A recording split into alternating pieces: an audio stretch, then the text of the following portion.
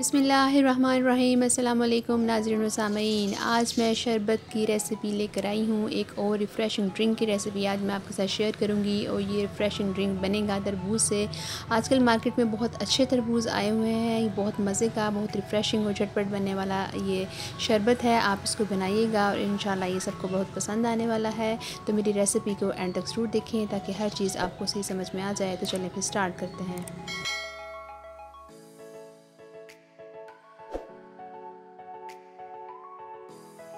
के लिए हमें तरबूज चाहिए। तो तरबूज़ मैंने एक मीडियम साइज़ का तरबूज़ था मेरे पास, उसको मैंने हाफ़ ले लिया है और इसके बीज मैं बिल्कुल भी नहीं निकालूंगी। सिर्फ 2 से 3 क्यूब्स ऐसे होंगे जिसके मैं बीज के बगैर उसको इस्तेमाल करूंगी और उसके छोटे छोटे क्यूब्स काट लूँगी। इस तरह से जो क्यूब्स हैं वो हम साइड पे कर लेंगे और जो बड़े पीसीस हैं उसको हम एक साइड पे कर लेंगे। इसके बीज आपने बिल्कुल भी नहीं निकालने हैं।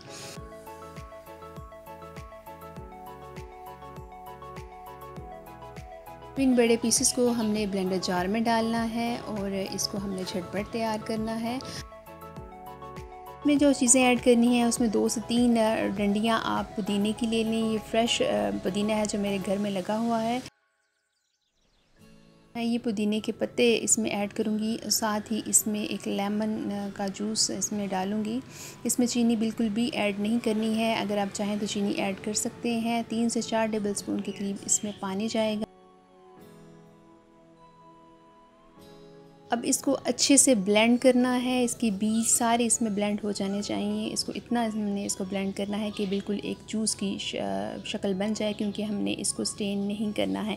इसको एज़ इट इज़ हम इस्तेमाल करेंगे। इसको अच्छे से ब्लेंड करने के बाद अब हमने जो ग्लास लेने हैं जिसमें हमने सर्व करना है, उसके अंदर हम जो चंक्स हमने काटे थे, छोटे छोटे जो क्यूब्स हमने काटे थे, वो अब इसमें पहले हम ऐड करेंगे।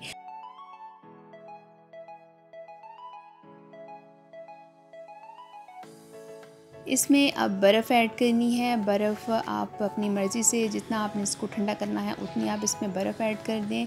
और मैं आपको बोलूँगी कि जब भी कोई मेहमान आ जाए, जब भी आपने इसको पीना है, आप इसको फ्रेश बनाकर पिएँ। इसको आप बना कर रखेंगे नहीं, बल्कि इसको फ़ौरन ही आप पी लेंगे। अब जो हमारे पास जूस था वो अब इसमें ऐड करेंगे। बहुत अच्छा इसका कलर, बहुत अच्छा इसका टेस्ट होता है। अगर आपको चीनी की रिक्वायरमेंट है तो आप इसमें चीनी डालें, अदरवाइज़ चीनी अगर आप नहीं भी डालेंगे तो वैसे भी ये बहुत मज़े का बनने वाला है।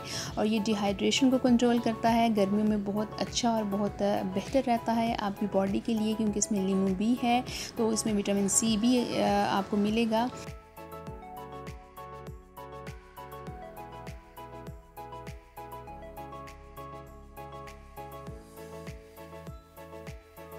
अगर आपके शहर में या आपके इलाके में कहीं नहर है तो उसके नहर के किनारे पर तरबूज मिलते हैं जो उन्होंने पानी में लगाए होते हैं। कभी आप उसको जाकर खाइएगा और इतने मज़े के वो लगते हैं, इतना मज़े का उसका टेस्ट होता है कि उसमें आपको फ़ील ही नहीं होगा कि ये फ्रिज से निकले हुए हैं।